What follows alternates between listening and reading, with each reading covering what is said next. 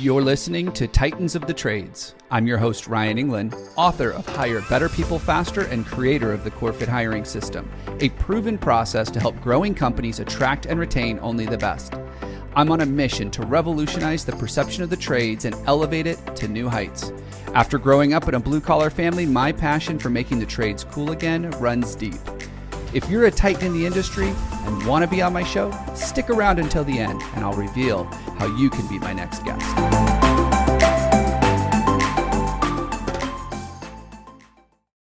Welcome back to another episode of Titans of the Trades. I am your host, Ryan England, and today's guest is someone that I have known for quite a while. I actually worked with his company about a year and a half ago, and he shared with me some laws, some principles that he's developed inside of his business over his lifetime.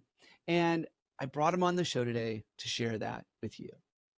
I want to welcome to today's show, Jim Bush, the CEO, founder, visionary of WeatherShield Roofing. Hey, Jim, welcome to the show. Thank you so much. So we've known of each other for quite a while. In fact, I've worked with your company in the past, and you've got some great things that you're doing over there at WeatherShield, and there's some opportunities to share that with our listeners, which is why you're here today. So yeah. I'm excited again, but before we get to your 12 laws, and I'd love to know just a little bit about your background, what it is that you do, the company that you have, and your role over there. So I'm the visionary CEO of WeatherShield Roofing Systems. That's our primary business. And since 1980, since I was 19 years old, I've been a commercial roofing contractor and still doing it. Still haven't gotten to the bottom of it all. I love the game of business, and my company has been kind of my workshop where I get to test things. I love to try out new ideas, to grow things, and we've been doing that at WeatherShield. And how many team members do you have over there now? Well, we just acquired another company this morning, so that's where I spent. Thank you. That's where I spent my morning, was announcing to them. So we're right around 150 employees. Nice. All right. So you're big time. You know what you're doing. Maybe got some bumps and bruises along the way? Sure. We all have bumps and bruises, and we get a few more every day. But yeah. And when you say we know what we're doing, we are learners, and so we are trying to get better every day, all the time. Got it. And actually, that's one of our core values, is get better every day. I love it. I love that you guys have core values and that you live them and they're alive and well. I mean, that's fantastic. As your time building this company and as the visionary over there, the one that's willing to go out and take some risks, learn some new things, explore new opportunities, you've developed 12 laws of a great workplace. And I mean, these are great. Like, I'm looking at the list right now, and I would just love for you to share some of those, some of the things that you learned, and maybe how you even came up with that law. Like, what really made you go, that's a law, not just a nice to have. Yeah. Well, so the first law is life-giving, that work should be a life-giving place where people flourish and grow. And this comes out of a core belief that a business cannot truly thrive unless its people thrive first. Mm. So out of that core belief comes the first of the 12 laws. And these laws really kind of themselves, as I've been in business for 44 years and as we've grown our company, this past year we were one of the top 100 commercial roofing companies in the United States. We were on the Inc. 5000 list of the 5,000 fastest growing companies in America. So as we have grown and our company has evolved with that, all of those years that led up to it have kind of led to the 12 laws. And these 12 laws are actually what we now judge ourselves by. Every quarter we survey all of our employees and they tell us how we are doing at living out these 12 laws. And law one is we should be building a place that is life-giving to our people. Which is probably something that some people are not accustomed to inside of the trades. For a long time, companies have been known like they take, and that's it. I And would so I love that you made that shift. I would submit that the days of being able to take, or take your employees for granted are over. Mm. I just had a conversation with some folks here an hour ago, and I'm now 62 years old. I've been in business for 44 years, and most of my career was about how do I acquire the next client or the next project as a contractor. What I've said to the younger people in my business is your career is going to now be equally about two things. It's going to be still, how do I acquire the next client or the next project? That's not going to go away. But just as important now will be, and for the rest of your life, because this is baked in to the demographics, how do I find and retain the workforce that I need to be able to execute the work that we acquire? And that's going to be the challenge for the entire next generation as far into the future as we can foresee, because the birth rates and the demographics. And it will be a war for employees, not just for customers. Yes, I couldn't agree more. And I mean, that's what frankly, we that's do how over we here. Yeah.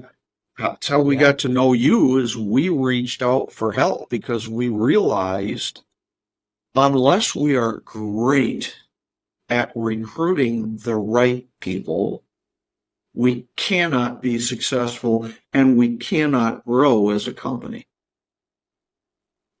Yeah, so many, like what you just said about your career was focused on where do I get the next customer? And probably secondary to that is how do I serve that next customer? And how do I make them a raving fan so they tell my next customer? It all became so focused on that. It was customer centric and so focused on the customer experience. And what I found out about a decade ago, which is probably when this shift started to happen, maybe a little sooner, was if we really focus on that employee experience and we focus on keeping and finding and attracting the right people, they're going to go take great care of our customers as long as we're taking good care of them.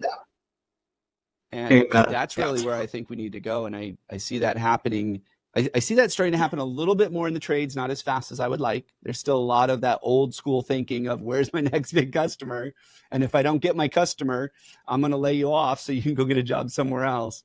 And still it's very focused on that, but I do see that changing. And it's one of the reasons I loved working with you guys. In fact, we still talk about some of the things that I learned working with your team a year and a half ago about this and the way you're taking the approach and how you're building this company. And now, I mean, you guys were at least half the size when we worked together that you are today. Yeah. So I love that it's life-giving and it's something that people want to get out of bed and come do because they grow and they feel energized and nourished by it. So what's the next law? Next law number 2 is noble purpose. Okay. Our work needs to have a higher purpose that is above just doing a roof. in some way we need to be making the world a better place. And for us, our purpose is people. Mm, What we really have evolved into here at WeatherShield is we are a people building company that happens to do commercial roofing. I love that. So where does this come from? Where does this idea of making your purpose your people, where does that come from? How did you come across that? Um, so let me give you a biblical example. Sure. Somebody came to Jesus one day and asked him a question, and he said, "What's the greatest commandment? Like, what's the most important thing that I can do to obey?" And Mm, Jesus' answer was simple. He's like, "Oh, that's easy. It's love God, love people." And very often, the way we love God is by loving people. And I mm, think as business owners, business leaders, business managers, what we really are is we're stewards of people. And our job is to bless our people. And you said mm, something that I say often. If we take care of our people will take care of our customers. So we talk here about the flywheel, and if any of you have read uh, any of Jim Collins' work, the book Good to Great, and then in that he introduces the flywheel concept. He since has come out with a book just focused on the flywheel, but the first step of our flywheel is attract great people. mm. And out of that come all other things like customer experience, doing great work, profitability, and all of that lets us cycle profits, reinvest back into our people and our team, and the cycle continues. But if you take care of your people will take care of your business, and they will take care of your customers. And the I days love of that. being able to just use and abuse people are gone. Yeah. That's over. That reminds me of something that I've been sharing a lot lately. It's that I talk to a lot of owners and they tell me that they feel that nobody's ever going to care about the business as much as the owner does. The owner's like, nobody's going to care about the customer as much as I do. And my response to that is less worrying about that and more the question of, or the statement of, you know what I found is your people will care about the business, probably more than you will in certain capacities, as soon as you care about them as much as you care about the business. I could not agree more. And I that's a could not agree mindset more. shift that this industry needs, is to start thinking more about that purpose and life giving. And I love that those two are so closely related, the first two laws. So They closely are. related. And interestingly, one of the complaints that I hear from a lot of folks my age is they complain about the Gen Xers. And they say, oh, they really don't want to work and they do. And that's true to an extent. But also, what they want is a place that is life giving. And they want to work for some place that has a purpose that is greater than themselves. And Law 1 and Law 2 really speak to the next generation of workers. And if you want to be able to find and attract the best and the brightest out of that group, which it is critical that you do, Law 1 and Law 2, as well as a number of others, but Law 1 and Yeah. Law 2 really speak to that. And I love that you're using the word attract. That's a word we use a lot over here at Core Matters. It's not about finding people. It's not about headhunting people. It's not about bribing them with better pay. It's about saying, look, this is a place where you can thrive and you can be nourished and you can have purpose and you can be fulfilled. People are attracted to that. That's what they want, especially in this world where we're at today, where we're the most connected we've ever been, but we're the loneliest we've ever been.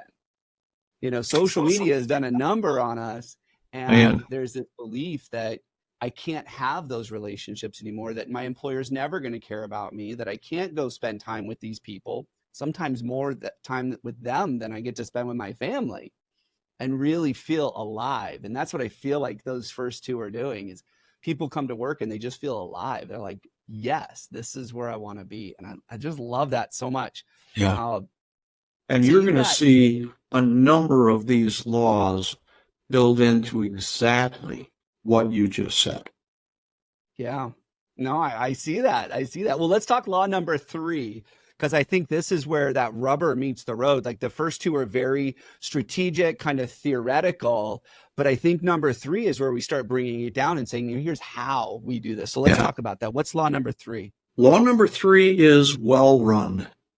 Mm, Everyone deserves to work for a business that is well run, that works like it should. And a truly good business should be a place of order amidst a world of chaos. One of the things that's happening, if you look out at our world, is it is becoming more and more chaotic. And we feel more disconnected from each other. It's much harder for people to really get along, and our differences are getting magnified. The chaos of the world is hurting people psychologically. It's taking a huge toll on people. mhm. If we as a business can be a place of order, a place that does the right thing every time and does things in the right way and is systemic and orderly, that just runs like it should. That is enormously attractive to people, Mm, but it is also something we owe to people.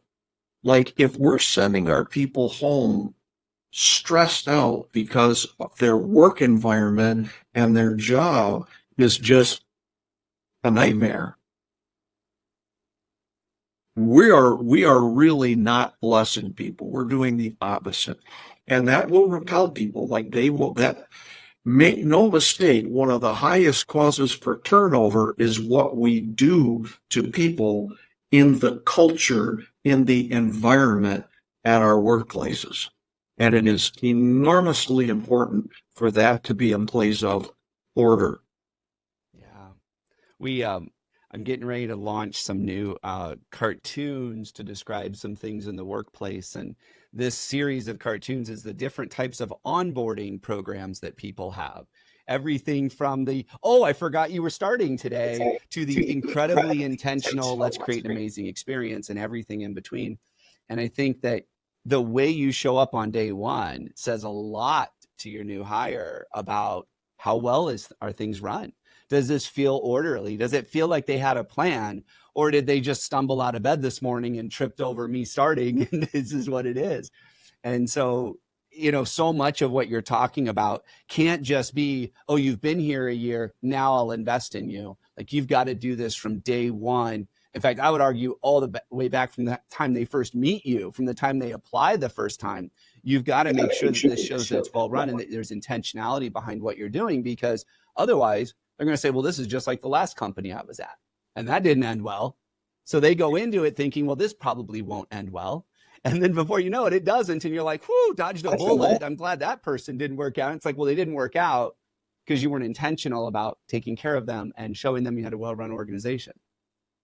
At the end of the day, if they don't work out, it's as much your fault as their fault because you either hired poorly or you equip them and train them poorly, or you manage them and led them poorly, right?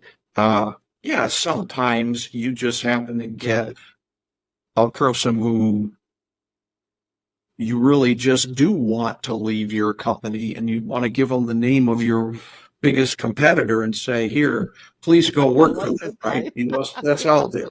But Yeah. I think most of the time we need to look in the mirror before we look at the other person or the employee. And What a that really is, fantastic, what's that?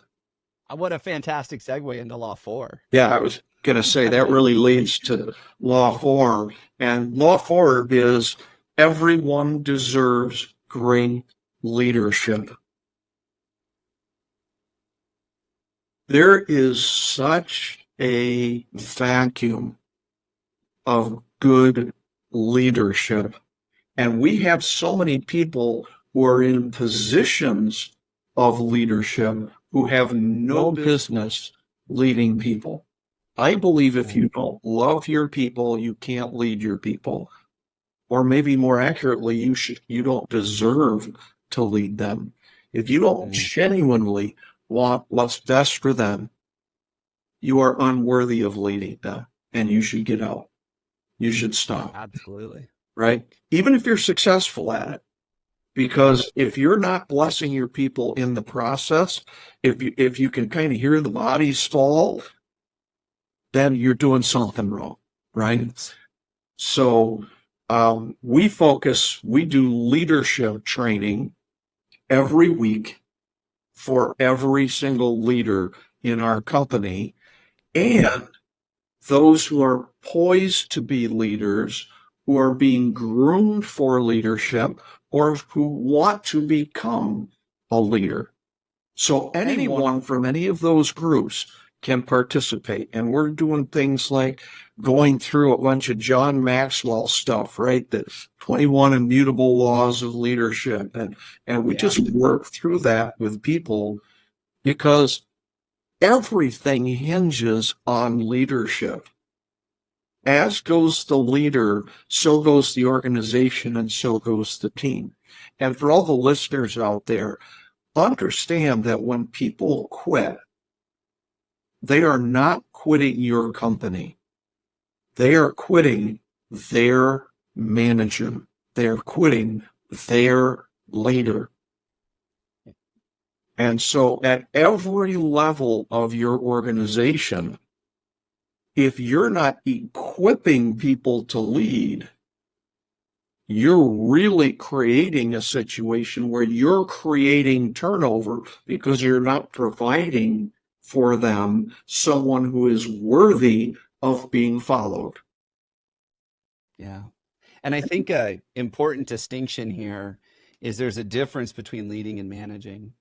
And I think a lot of people listening Yes. go like, "Oh, I'm a great manager." Well, management, in my opinion, is about the work. Leadership is about the people. And I think we forget sometimes that, especially in the trades, our product or our service or what we give, the value we give to our customers is our people. And so the Mm-hmm. better we can invest in our people, the more we can do with our people, the more likely it is that they will take good care of the customer. But if you don't have that great leadership, it's really hard for people to want to stick around. I love what you said. I say it all the time. People don't leave jobs, they leave people. If Right. someone quits you as a foreman, they quit you. They didn't quit the job because they're going to go be a foreman somewhere else. Right. And I think we forget that. So if people are leaving your company or people aren't succeeding in your company, you need to look in the mirror. You need to look internally and saying, am I being the leader that my leaders need so that they know that I'm investing in them so they can turn around and invest in themselves? I read a book a while back called How Full Is Your Bucket? I don't know if you've heard of that I've one. read that, yeah. And I just love that concept of if I'm expending my energy pouring into someone else, the only way I can get it back is if someone else pours into me. And so it has to start at the top and go all the way down. Because if you get to a point where leaders aren't being invested in, they're not being poured in by their leader, they're going to run out of energy. And it's not going to be long before a whole crew walks off the job because they had a leader that was just burned out and wasn't getting invested in. I love that you do leadership training every single week. Well, hey, I want to do this. There's two more that I think are really important here. Sure. And then what I'd love to do is wrap up and have the listeners come up to you and say, hey, what are those other 6 laws? As a way for them to learn from you, because I think not only is there value in just knowing the laws, but I think there's going to be value in knowing and following you, Jim, because this is amazing stuff. And I love it. And I love that you're doing it. Like, there's a lot of people out there that talk about this stuff, but you're actually doing it, making it happen, seeing how it works. So what's law number 5? Law number 5 is do what you love. Mm. Everyone should get to do what they love to do and are best at every day. And when we do that, our work becomes play. Right? So we are at the beginning of our hiring process, which, as we talked about, you've helped us perfect is too strong a word because we will never have arrived, but you've helped us radically improve. And we start talking about culture, and we start talking about fit, and we start talking about right person in the right seat. From the first time that we maybe get a phone call or a communication or reach out to that person and we're thinking about hiring them, we want to find out, what were they built to do? What is it that when they get up in the morning, they can't not do? And see if we have the role that fits with that. And when you align that person into that role, you better get out of their way, right? Yes, Because yes. you can't stop them, and that's where excellence happens. And if anybody's familiar with Marcus Buckingham, who came out of the Gallup organization, in one of his books, he talks about a housekeeper at Disney. Now, if you've ever been to Disney, they have 10,000 hotel rooms at Disney. And they have one housekeeper who for 21 years was the best housekeeper, like cleaning the rooms, turning over the rooms of all of their staff. And we think, oh, anybody can do anything that they put their mind to. That is some of the worst possible advice that we can give to a person. First of all, it's a lie. I probably can never play in the NBA no matter how much I put my mind to it, right? Yeah, We have to look at yeah. the hard realities.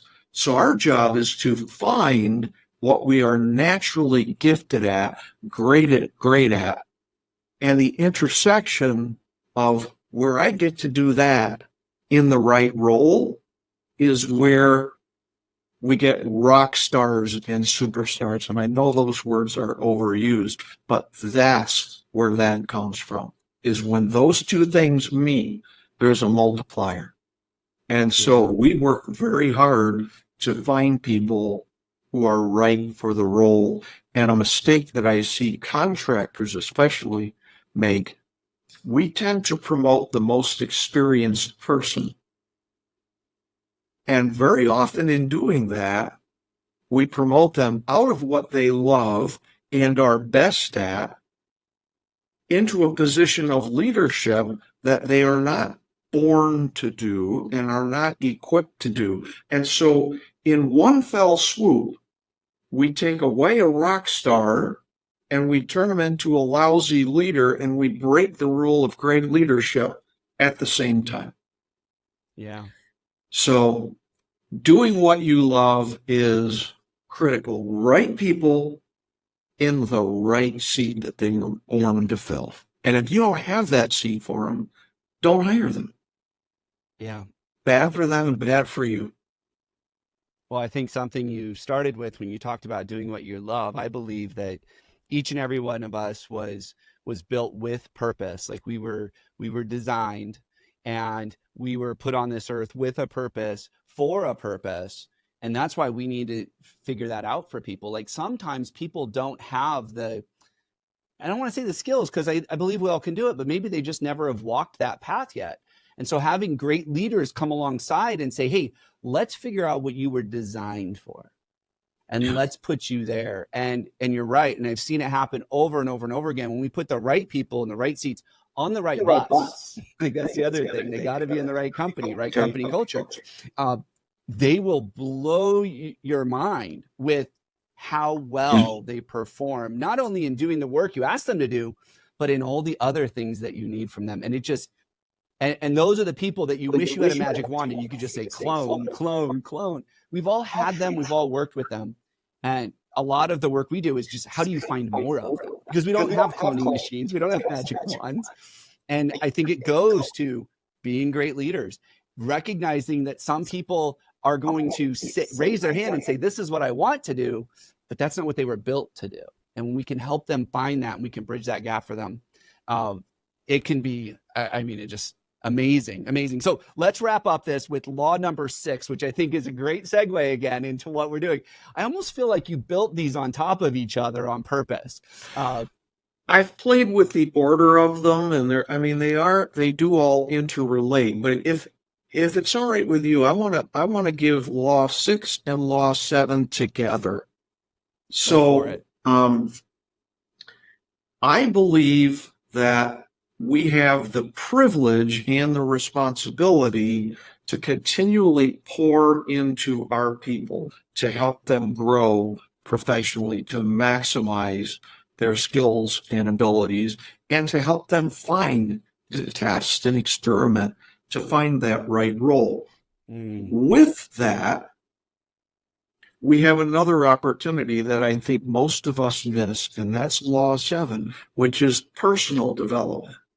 Yeah. We believe that the workplace is the perfect place to help people develop and grow in wisdom and in character and in good habits and to become better as humans. So there should be from the workplace what I call a spill up effect, where what we're teaching them in the workplace is not just how to be better technically at your job, but character and wisdom and decision making and good habits that they take home. And that the blessing flows out from the company to your people, from your people to your customers, but also to their people. And I've had a couple of experiences. A year and a half ago, we hit a milestone in our company, and we decided we were going to take everyone in the company and their spouse or their significant other on a cruise, just to say thank you. So we did this cruise, and on the cruise, I'm getting to see wives and girlfriends and interact with their significant others. And I had separately 2 different women come up to me. And each of them said and did almost word for word the same thing. They came up and they hugged me. And they nuzzled their nose in my neck, and they put their arms around me, and they started to weep. And they both said the same thing.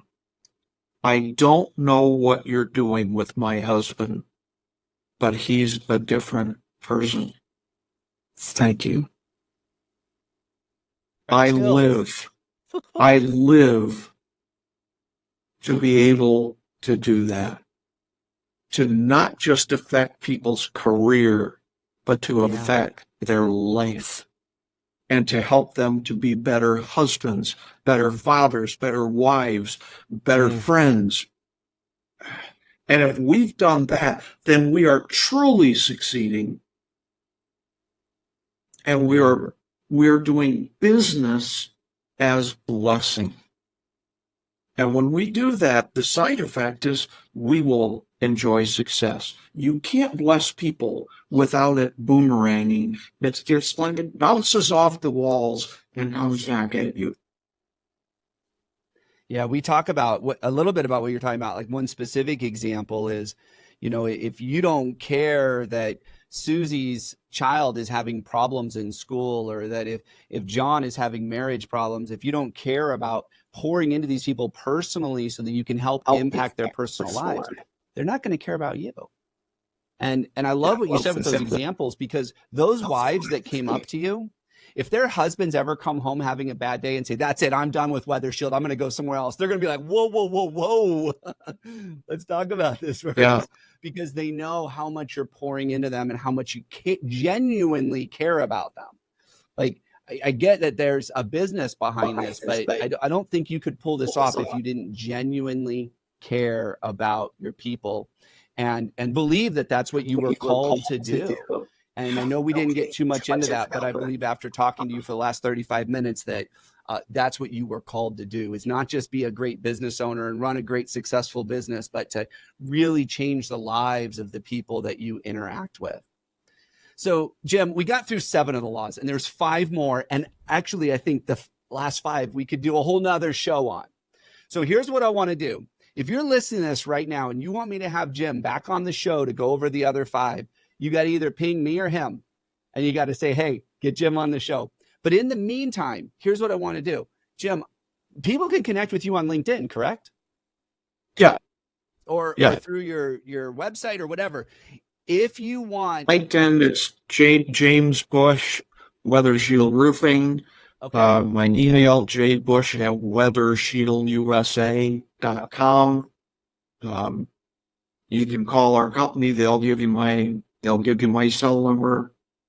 Awesome. We're pretty laid back, pretty easy to contact. So I'm going to put it out there. If you want to know the last 5 laws, if you want a copy of this, I know that Jim is going to share it, because that's how this gets better, is like by sharing it with people. So reach out to him, connect with him on LinkedIn, through his website, email him, get a copy of the 12 laws. These are fantastic. Jim, thank you so much for being on the show. What a great conversation. Just what great life advice. Like, as much as we talked about business, like so much of this is just life advice for being a better leader, a better husband, a better father, just a better person in society. What you're doing over there at WeatherShield is fantastic. I love it.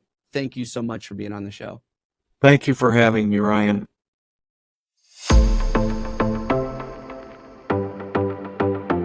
Ryan England here. Thank you so much for listening to Titans of the Trades. If you're a titan in the construction, manufacturing, or skilled trades industry and would like to be a guest on my show, please visit podcast.corematters.com. If you found value in this interview, would you share this episode on social media? Just do a quick screenshot on your phone and share it with a friend, or post it on social. And if you know someone that would be a great guest, tag them on social media to let them know about the show and include the hashtag Titans of the Trades. I love seeing your posts and guest suggestions. We are regularly putting out new episodes and content. To make sure you don't miss any episodes, click the subscribe button. Your thumbs up, ratings, and reviews go a long way to help promote the show and get me one step closer to solving the labor crisis facing the industry. Want to know more about how we're doing that? Go to our website or follow me on LinkedIn. Thanks for listening.